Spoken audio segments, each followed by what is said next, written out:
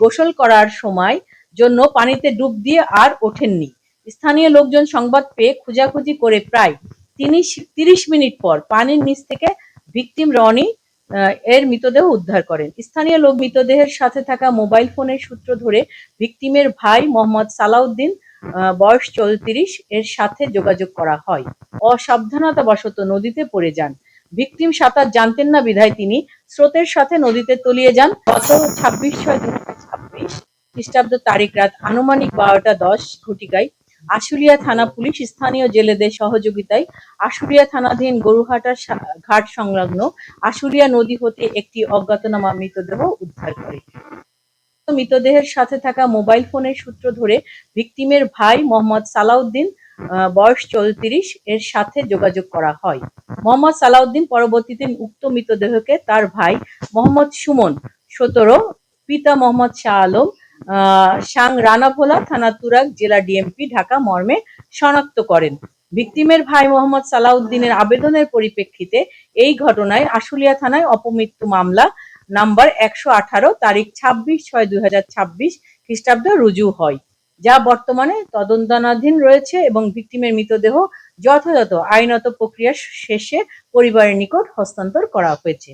এছাড়া অপমৃত্যু মামলা আবেদনের ভাষা মতে ভিকটিম মোহাম্মদ সুমন, যার কথা এতক্ষণ বলছিলাম, তিনি গত ২২/৬/২০২৬ খ্রিস্টাব্দে দুপুর আনুমানিক ১২টা ৩০ ঘটিকায় স্থানীয় ২০-২২ জন বন্ধু বান্ধব সহ তুরাগ নদীতে নৌকা ভ্রমণের উদ্দেশ্যে ধোর ব্রিজ ঘাট এলাকায় নৌকায় ওঠেন।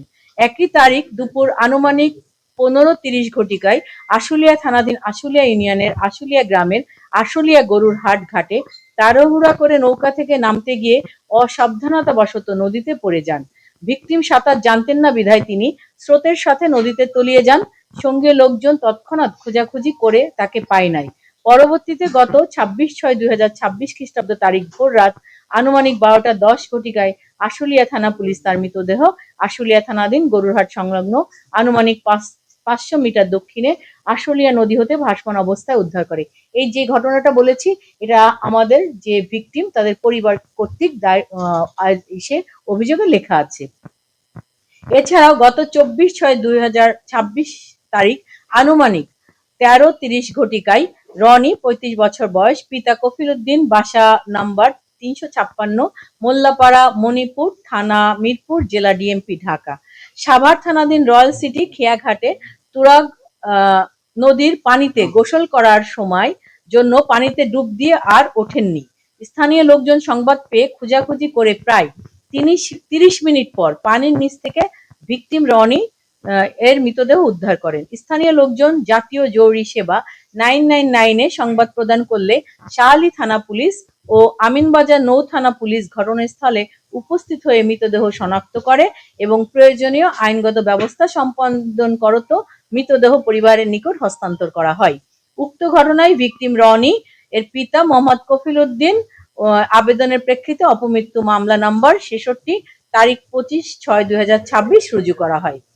সো আপনাদের মাধ্যমে আমরা ঢাকা জেলাবাসী সহ বাংলাদেশের সকল জনগণ যেন এই ধরনের অপপ্রচারে তারা বিভ্রান্ত না হয় এবং সোশ্যাল মিডিয়ায় একটা সামাজিক আন্দোলন গড়ে তোলে এই ধরনের অপপ্রচারের বিরুদ্ধে, সেই উদাত্ত আহ্বান রেখে ঢাকা জেলা পুলিশের পক্ষ থেকে আমি পুলিশ সুপার শামীমা পারভীন আপনাদের সকলকে আবারও ধন্যবাদ এবং কৃতজ্ঞতা জানাচ্ছি আমাদেরকে সময় দেওয়ার জন্য।